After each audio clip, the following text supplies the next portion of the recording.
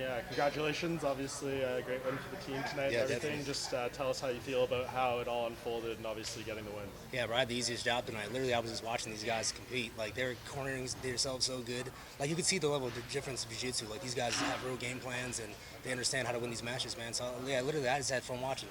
What was the process in like selecting your team and just getting that whole side of it done? See, I was in my season for the PFL, so Yeah. I'm like, man, it's hard for me to compete or like, say I could compete. So I actually hit up Gordon Ryan. I'm like, yo, I need your help, bro. Like, point me in the right direction, and he helped me recruit the whole team. So that's a nice option to have. Oh Just yeah, give for them a sure. I call, already knew right? that. I'm like, yo, if we're trying to win this thing, that's where I'm going. Yeah. So what do you do with the money?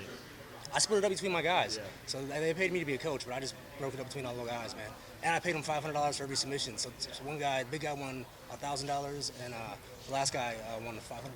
I'm surprised you didn't like go to put it on another fight or try to double it or something. Nah, like that was for these guys. We're like to see these guys, happy with the check they just made is awesome, man. Like, I say that about everybody. Like, if you had to do this sport and provide for your family, like for these guys, man, they probably one of their biggest checks they've seen. Yeah, that's awesome. And just to talk about you a little bit, obviously a few weeks removed from the fight with Stevie, Yeah. I think a lot of people were surprised by the way it ended. Can you just tell us from your perspective what exactly happened with that submission? Man, I made a dumb mistake. I initiated that takedown sequence, and like I caught him like a single leg, but his knee was in between my legs. And instead of like fighting for the underhook, I let him wizard me hard and take my back. In my head, I'm like, yeah, I'm gonna do my spin around and get on top, like I always do. But I think I messed up. I posted it like 2 days before the fight. I was like, it works every time. So dude must have been watching. For sure he was watching because then he adjusted really well with the body triangle. I just never been in that position. He had the body triangle kind of modified though. It was more around my hips and my knee area. So when I went for the turn, I made it worse on myself by like trying to turn my spine. And then he like went over my head and just threw so much pressure on my rib. And then in that format, I knew I was fighting August 5th. So I'm like, bro, I can't.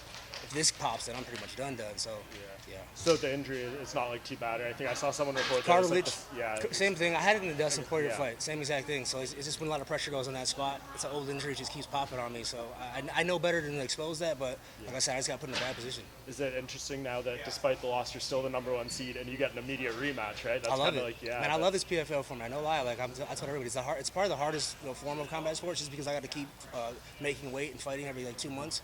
I mean, this one's six weeks I have between fights. But yeah, I love the format. I get the rematch, and I still have the possibility of becoming a champion. Yeah, what do you think is different about this fight? Like, you've probably never had a rematch this quick before, right? I never had a rematch, and I never had a fight that I was like, yo, I just can't get hurt. I went in that last fight thinking don't get hurt and get the win. And that's just the wrong mindset to have in this sport, man. You can't go out there and play anything safe. Like, I should have just went out there and tried to kill him. Like, the striking, I was whooping his ass striking. I felt like I was already landing my shots, the body kicks, question mark kick, and I initiated a dumb takedown. Right? It was like kind of an amateur move on my half. Yeah, and last thing for me, you kind of talked about as you got up, a former opponent of yours, Donald Cerrone, retires last night. I know you said off camera you were surprised about it, but just give me some reflections on Cowboy's career and kind of what he meant to you as an opponent, and I know a training partner and a friend. Yeah, man, Cowboy. I mean, first we started off as like not liking each other. I came to the UFC, he was calling me out, said I was scared. First fight happened, and I beat him with the body kick, and then over time we became friends. So that second fight that happened, we were already friends. Like we spent like a whole week together on the USO tour.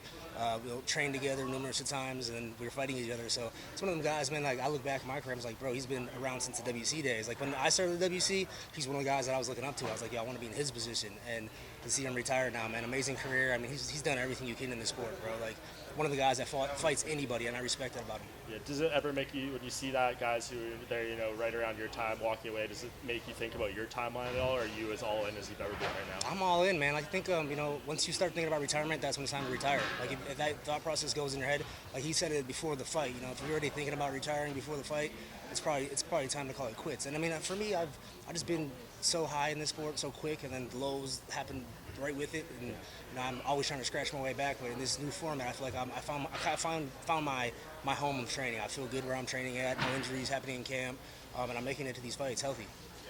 Anthony over here, just real quick on that rematch with Stevie Ray.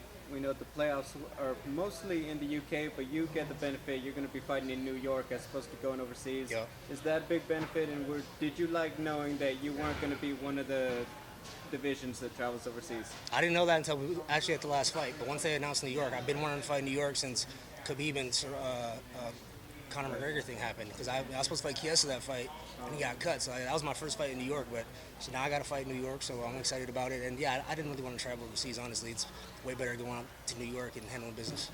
And just can you talk a little bit at the benefit of having Daniel on your team? It just felt like, you know what, that was just the anchor. Did you feel that would be the case going into this? Yeah, I think we just matched. The way we set up the first round was for that purpose. You know, we knew he was going to go out there and get after submissions. I mean, everybody on that mat was a killer. I mean, even though the lower guys are killers, but it was just good competition. I mean, Icon came with some studs as well, bro. It was like probably it was the best world-class jiu-jitsu on this mat right here.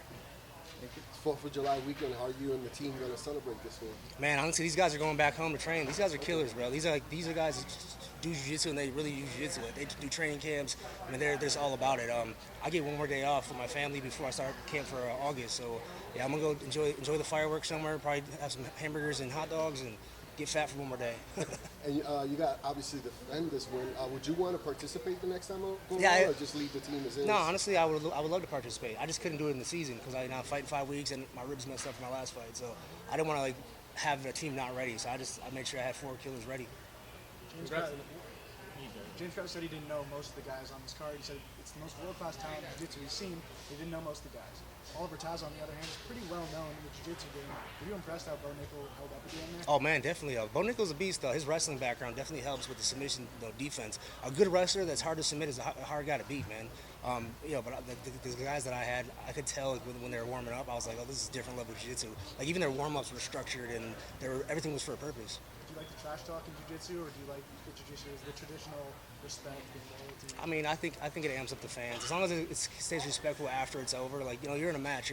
Even if it was jiu-jitsu, you're technically trying to beat up another guy. So I feel like the emotions play in there. But I mean, everybody was respectful afterwards. We shook everybody's hand. It was a good competition.